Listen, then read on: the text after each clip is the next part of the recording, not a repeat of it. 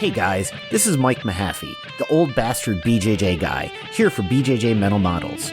Back in my day, we had to walk uphill in the snow both ways to get to the academy just to learn some crappy technique from a random purple belt. You kids have it so easy because now you can just subscribe to BJJ Mental Models Premium and get tons of great audio courses to learn new techniques, enhance your mindset, and entertain yourself. You can even get personalized rolling reviews from some of your favorite BJJ Mental Models coaches, including me. It's like having your own seminar, you spoiled little whippersnappers. So what are you waiting for? Subscribe to BJJ Mental Models Premium right now, get off my lawn, and go train. Hey, welcome to BJJ Mental Models. I'm Steve Kwan. BJJ Mental Models is your guide to a conceptual and intelligent jiu-jitsu approach, and in this mini episode, I'm continuing the process of talking about how we build a strategy in jiu-jitsu that works for us and gets the results that we want. This expands on the prior episodes that we did on asymmetric warfare. You could also call that asymmetric advantages, and also the episode that we did on funneling. I will put links in the show notes to make it easy to find those, and I do suggest that if you haven't listened to those already, or if you're otherwise not familiar with the concepts, please do check the show notes and listen to those first, because this episode will inform what we talk about there. This time, I want to talk about something that, for the lack of a better term, I've referred to as the layers of strategy. So when we're building a strategy for jiu-jitsu, a plan for how we're going to win and how we're going to keep ourselves safe, we need to consider a few things. The first is, as we talked about in the prior episodes, we want to go to places where we are strong and our opponent is weak. And we want to make sure that we have tactics that we can use to get to those places. Being amazing at a certain guard doesn't do us any good if we're not good at getting into that guard in the first place. So with that in mind, the question then becomes, are all types of strategy the same, or are there different levels of strategy? My personal feeling is that the answer is yes. If you want to make an effective strategy, you need to kind of have a layer cake of strategy. Not all aspects of a good strategy are the same. And the example that I often give, a great quote that I heard from famous producer Quincy Jones. He once said that if you want to build a good plan, you need to have a solid foundation and a flexible perimeter. And what he means by that is that the core of your plan, the basic idea of what you're trying to do, needs to be solid. It needs to be something that you can always apply and you can always rely on. But the specifics of the plan, the perimeter around it, the things that aren't necessarily so core to the plan but still matter, these are areas where you need to have a lot more flexibility. And let's talk a bit about why that is. There's a famous old quote that says that no plan survives first contact with the enemy. And this is probably true if you have ever been in a high-pressure situation, whether it be actual combat or even just things like a competition or competitive business environment, then you've probably been through this before. Very rarely, when you create a plan, do things go according to that plan. This is an important realization because no matter how effectively you plan, no matter how diligent you are in trying to anticipate everything that can happen, you can never really truly know what's actually going to happen, right? I mean, think of a jiu-jitsu competition when you stand up with someone at the beginning. You don't really know what they're going to do. You might think you know based on tape study or based on knowledge of that athlete in the past or based on what people are statistically most likely to do in a jiu-jitsu match, but you never really truly know. And whenever you take a plan that you've put into place and you battle test it, what you will inevitably find is that things don't go according to plan. Now that said, there's another famous quote about planning, which is that plans are useless, but planning is essential, from Dwight Eisenhower, and that's an important realization because the act of planning helps us figure out where our blind spots are and helps us understand the likely scenarios that are going to happen. So planning is valuable, but it's not a guarantee that things are going to go according to that plan. We still want to create a plan, but we want to have flexibility in that plan, and that's where all of this comes into play. So the way that I like to think of this is when you create a plan, could be anything in life, could be related to business, jiu-jitsu, whatever, but you want to make sure that that plan has two general layers to it. You need to have a solid foundation, a core of that plan, which defines what it is that you want to do. And this should be something that is general and it's always true. It describes how you're going to act regardless of what happens on the field. It's basically your North Star, right? It points you in the right direction. But then you want to have a flexible perimeter, which describes how you want to do it. And this is where we start thinking about specific scenarios that could happen and how we might act differently depending on what occurs.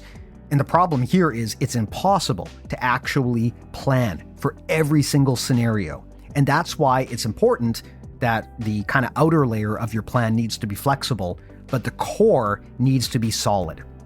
So let me give you a relevant example. If you've ever done public speaking before, you probably know that the best way to deliver a powerful public speech is to be really clear on the main talking points that you want to hit, but also to have flexibility in terms of how you deliver those talking points. If your plan to deliver a public speech is to memorize the script verbatim and deliver it verbatim, there's a lot of things that can go wrong. If you forget the script partway through, it's going to be really hard for you to get back on track. If someone interrupts you or interjects or something takes you off script, then you've got a big problem because your ability to perform is completely dependent on things going according to that script. So a good public speaker will tell you that you should have really memorized just the main talking points and the main notes that you want to hit, and you kind of freewheel around that. And that's where that saying comes from, that a good presentation is 10% preparation and 90% theater. It's the delivery that really matters, but you still need that core. You still need to sit down and really think about what are the main messages that I want to deliver. The same thing happens when you're trying to build a jiu-jitsu game plan.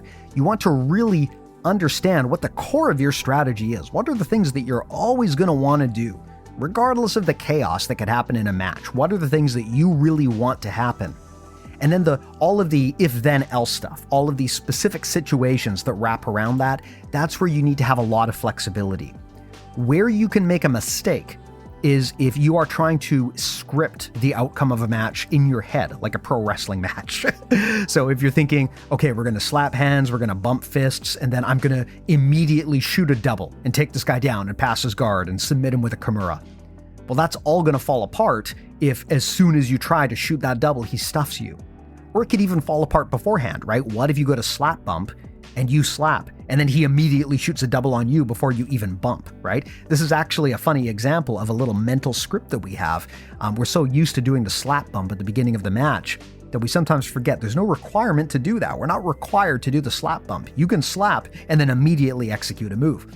A little tangent there. So the point is that it's very easy to go off script.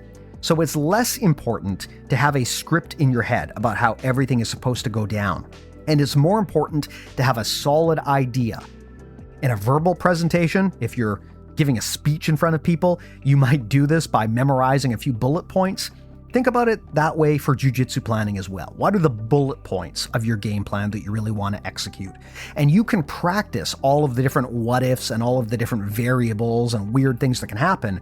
But at the end of the day, we must also acknowledge that we can never know for sure what's going to happen, and our strategy has to be mindful of that. So the reason why we've got that solid core of a strategy, the things that are never going to change, the bullet points, right, is because when everything else fails, we can fall back on those. I'll cite Rob Bernacki from Island Top Team here, who's talked about how, as a grappler who's an older guy, who's not necessarily training at the level of a high-level elite performance athlete, but who has still managed to win world championships doing what he does, what he's talked about is he often gets into matches where, in terms of just sheer jiu-jitsu knowledge, he's completely outgunned by his opponent. But because he understands a few key concepts and he can keep those in his mind, that allows him to respond effectively to situations that he could never have considered. Someone could throw him into a position that he doesn't even know. But if he understands the concepts of how to protect his body and how to fight effectively, he can kind of concoct an answer on the fly. And I can definitely back this up myself as well, as someone who doesn't spend every waking moment studying every new instructional that comes out. I find that by keeping a few mental models and key concepts in my head while I'm rolling, that is much easier than trying to memorize every single technique and what-if scenario. So I always encourage people, try to distill your game plan down to just a handful of things that really matter. Things like, never let them get control of my elbows, never let them get control of my knees. as soon as they get a dominant top position on me. Start moving and never stop until I get out, right? Just little things like that. Whatever you feel are the most important elements of your jiu-jitsu game plan. And then from there, practice the specifics, practice the what ifs, but understand that you can never really control when those happen. So there you go, just a quick explanation on the layers of strategy in jiu-jitsu, or really in anything. Have a solid foundation, things that you can always rely on to be unchanging, but then understand that the perimeter around that foundation, the what ifs, the specifics, is highly variable, it's chaotic, it's very hard to control, and if you expect that you can control them in a match, you're going to find that that's a lot harder to do than maybe you expected. So again, I recommend listening to this in conjunction with some of the prior mini episodes I did on strategy. I will put links to those in the show notes. Thanks as always for listening to these. Go to bjjmentalmodels.com if you want to see all of our stuff. That's where you can get all of our free episodes. Plus you can join BJJ Mental Models Premium. I suggest it because we have an awesome course on strategy that kind of builds on top of what we're talking about here today. So again, links in the show notes to all of that. Thank you so much to everyone for listening, and we'll talk to you next time.